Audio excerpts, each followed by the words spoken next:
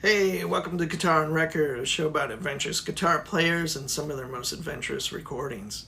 Today I wanted to talk about the Mars Volta and this record and Francis the Mute.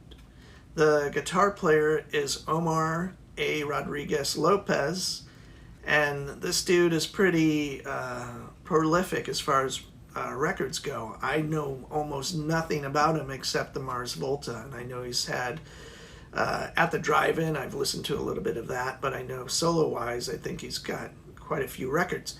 So I'm just going to concentrate on this one for now.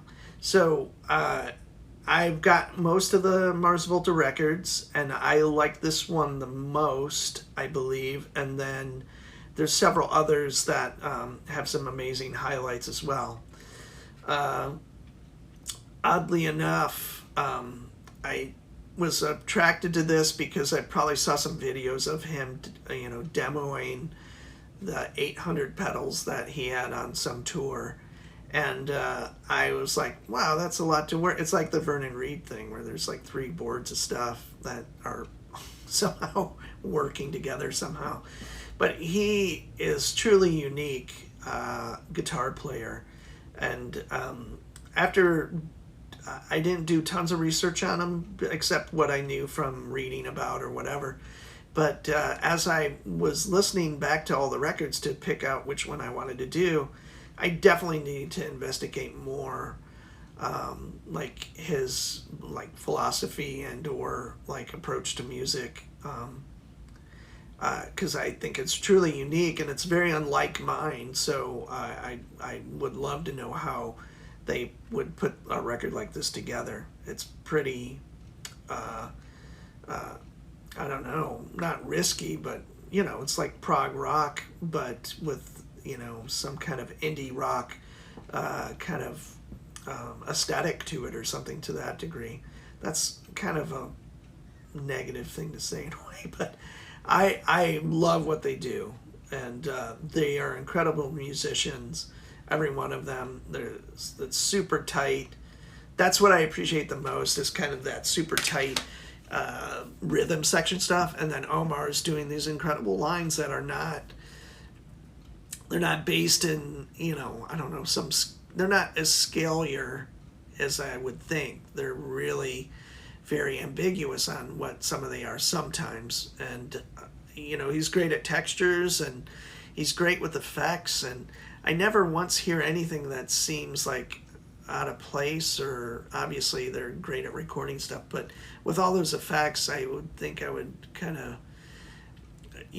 occasionally mess up or something like that. Anyway, so I really, really, really dig the band and his playing.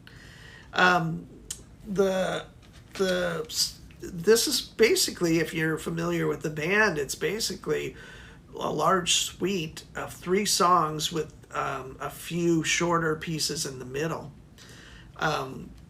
The Cygnus, Vismund Cygnus, I think.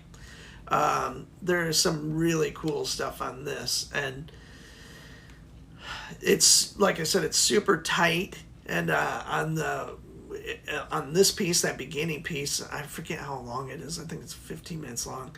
At 4 and 30 seconds, there's this great brittle guitar tone in there that reminds me of John Frusciante, and just tonally, that's the kind of approach that I really appreciate. It's as a guitar player, that traditionally speaking, it's all about tone, and that's pretty subjective, but this is not one of those tones that most people seek out.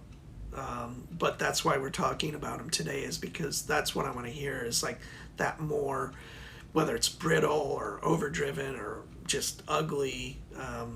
I always love that someone is willing to do that, and especially on such a big commercial release. I mean, this is a big band compared to what mostly I talk about and review.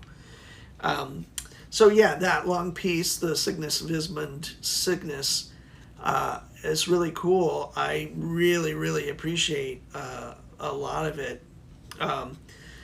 I can't be too descriptive about it because I don't really understand what's going on half the time. But that first piece, great. The Widow is a great ballad, great singing, and I mean he's playing for the tune. So even with all those effects, he's always doing what makes the most sense. What's the longer? Then there's like I said, the Widow, and then there's something in Spanish I cannot pronounce, and then there's another big kind of suite or piece called Miranda. That ghost just isn't holy anymore. That's long. That one I don't like as much as the others. I like the first piece, the sickness piece, and then I like this Cassandra Geminini piece quite a bit. There's a lot of great unison stops, and around like 3 minutes into the song, it's broken up into little sections, but 3 minutes in is this cool kind of chromatic or kind of diminished sounding lick that is really, really neat. It's kind of a standout little moment. But I think with him, I'm definitely looking into listening to more and more of this, and getting kind of a little more. I'd like to, like I was saying before, I'd like to know what's behind what he's thinking about when he's writing music, and maybe even as a band. I know they're not a band anymore, but I would love to see how they go about it, and that goes for any band. I love to see how they come up with something and take these parts or ideas and put them into something that takes on a life of its own and is bigger than them almost. It becomes this really unique contribution from 4 people, and it becomes this thing. So anyway, I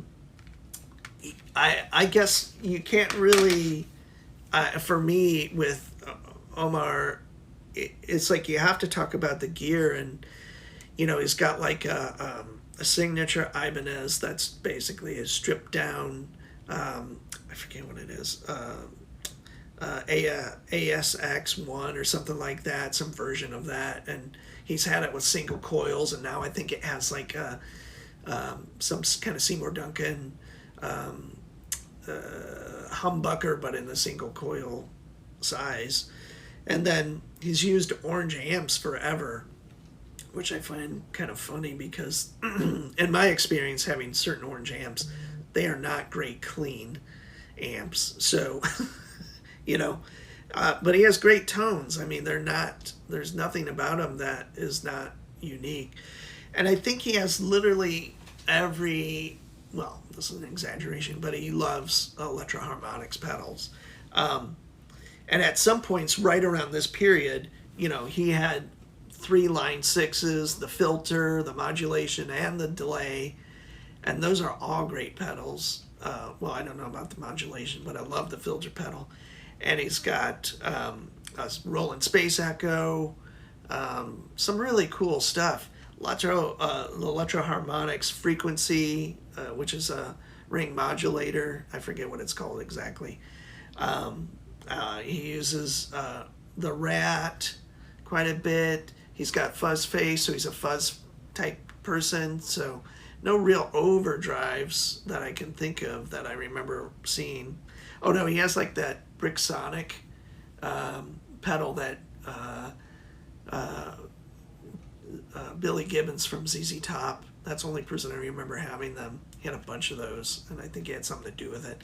But he was always talking about those for a while. Then he has that Robo Talk, which I'm assuming is like a Ottawa. I forget who makes that. I had one. Now I don't remember who makes it, but that's kind of a cool Ottawa kind of thing. And he's got quite a few of those kind of synth type pedals that I'm always attracted to, and then they never really work for me. But so I really like Omar as a player. I love this band. I'm hoping to kind of dig more into it. If you know this band and you have some suggestions or some insights into the band and the process, leave them in the comments, and I would really, really love that. So I'm a newbie, essentially. I mean, I've been listening to him for like a decade, but I'm just saying, like, it was always on the back burner, and then I'd listen to it, and then I would be just blown away. I think I did sales for a long time, and I drove a lot, pretty much all day, and I would just pick like a group of records, whether it was Yes or King Crimson or some black metal, like, Immortal, Wolves in the Throne Room, whatever it was. I would take all the records that I had, and I would just listen to them for months, not anything else. And I did that with the Mars Volta, and it's been a long time, but at the time I was just like, it took so long to it's like an onion, kind of unpeeling it, and I was like, get more and more interested in it as I listened to them. So I need to do that again with them. But anyway, if you have some places to start that are interesting with the Mars Volta, or even his Omar solo stuff, that might even be more interesting to me. Please leave them in the comments. That'd be great. I'd love to hear some. Thanks for watching, and please subscribe. Have a great day, and talk to you soon.